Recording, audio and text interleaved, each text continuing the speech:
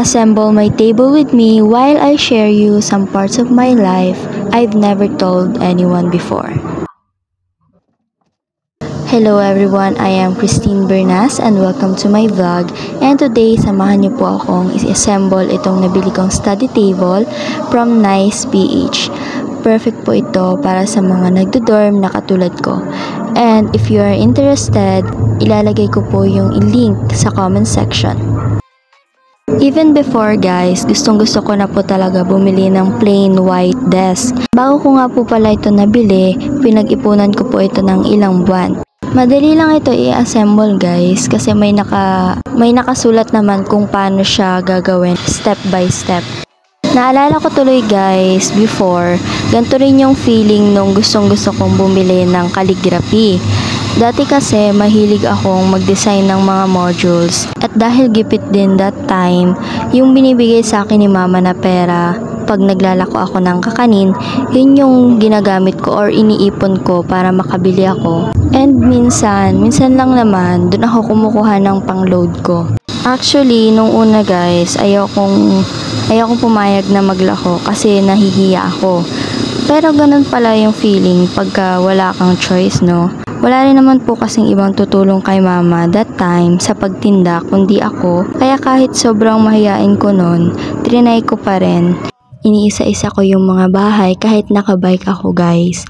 And lahat nung mga niluto ni mama on that day, hanggat maaari pinupuntahan ko kung hanggang saan yung kaya ko sa mga bahay-bahay para mapaubos ko siya. Kasi sayang din naman kung may matitira. And I can say naman that it's not a bad experience at all kasi marami ka ring matututunan and yung mga bagay na hindi ko pa nagagawa noon is nagawa ko. Hindi ko ito madalas kinikwento guys, halos bilang lang sa mga kaibigan ko yung nakakaalam nito, but now, I want to share it to you guys since I want to remind you that if something is very important to you, doesn't need to make sense with other people. Katulad yun guys, na experience ko na yun, nung una ayaw kong gawin kasi nga iniisip ko yung sasabihin ng iba. Pero kailangan ko yung gawin. In short, it is important for me and it doesn't need to make sense to other people since they are not the one who's experiencing it. Kaya if something is needed to be done, gawin mo ito without those thoughts of what other people will say. Remember guys, those pain and struggles that you are facing are only temporary. And dun pa lang sa part na humahanap ka ng paraan or solusyon means that you are a strong person and I believe that you're gonna make it. Basta huwag ka lang mawawala ng pag-asa and ipagpatuloy mo lang yung mga bagay na dapat mong gawin.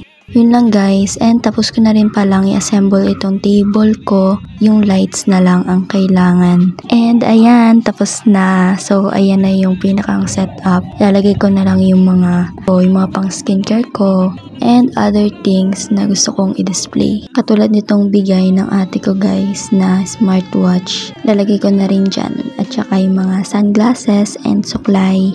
Para hindi na ako mahirapan bumaba sa kama pag mag-aayos ako. Sa taas ko na lang pala yan nilagay guys. Yung mga lotion, mga pabango. Kasi dun lang din naman magkakasya. Nag-display na rin ako guys ng konting flowers para maganda yung table ko. Yun lang guys. I am happy to share with you this table na nabili ko and also my experiences in life.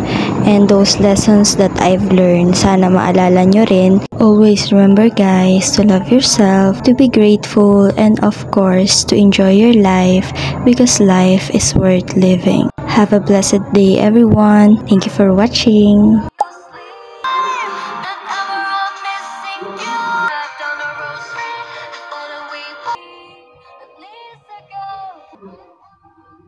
오빠, 다시 태어나면 뭐가 되고 싶어?